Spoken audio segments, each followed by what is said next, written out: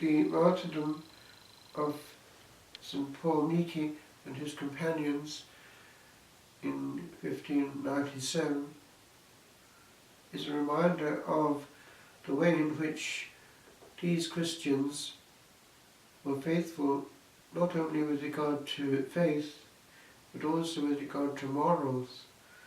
They did not yield to the desires of the emperor.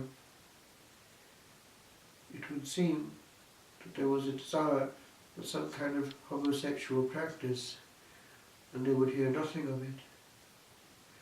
The gospel today talks about replacing the commandment of God with human precepts.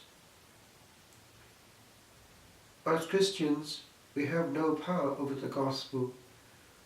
All that we declare must be Christ, and anything that we make of his teachings must be based on his teachings and not our own.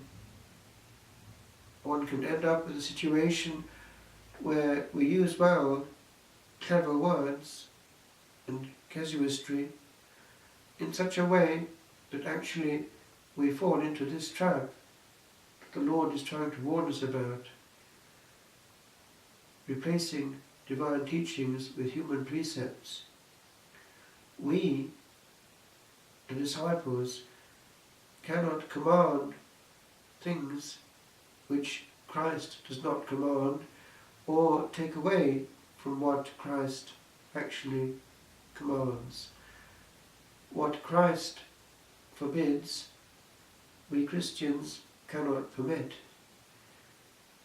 All that we can do is try to apply, but always his teaching. It is true that accompanying a soul that is suffering means not giving that soul the impression that that soul is beyond the pale, beyond redemption, an outcast.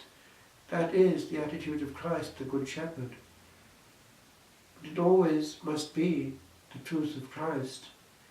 One cannot in any way betray Christ, or in any way give people the idea that sin is relative.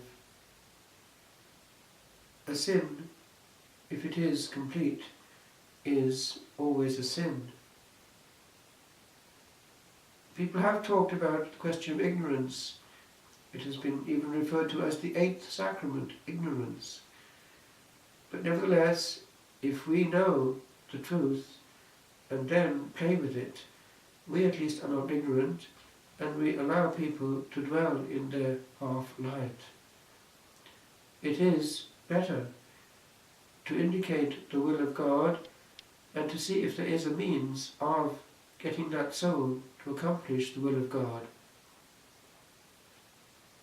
There are cases in which a person is coerced.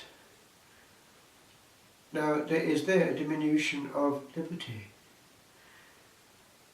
But one cannot use that as a lever to say that sin is no longer a sin.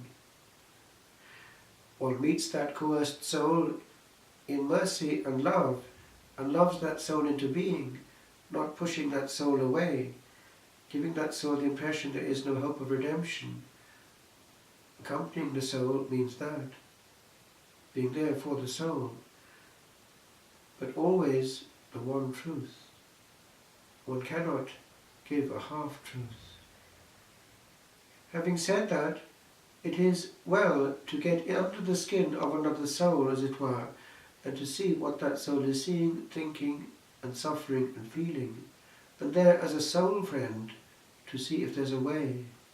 That is the correct attitude, and any adjustment of attitude must be in that realm, but always in faithfulness to Christ, who is not in any way a double person. His truth, his light, is one. The first reading is the dedication of the temple by Solomon and the prayer that accompanies it. A house of God is a place where God has his rights. These rights are expressed also in the rights of God proclaimed in teaching. God will bless what is his truth, and is not free to bless what is no longer his. But more than that, the house of God, as the Lord himself insists, must be a place of prayer. Much care has gone into building our churches and chapels and houses of prayer. It is important that when a person enters that house of prayer, that person is allowed to be with God and not just to meet man. One hears testimonies all the time of people who were far away from faith, who were drifting casually towards Catholic Church and were moved.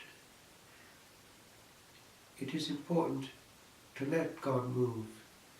We think we are doing him a service by applying human modalities to the house of God. We just get in the way. Our role is to be, as it were, the angels of the earth, in union with the angels of heaven there in our midst, when we are actually serving the Divine Majesty.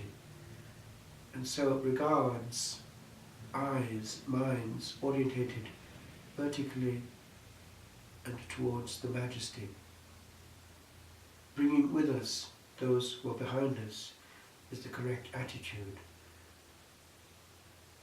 As those Greeks said, coming to Philip and Andrew, "Sirs, we desire to see the Lord."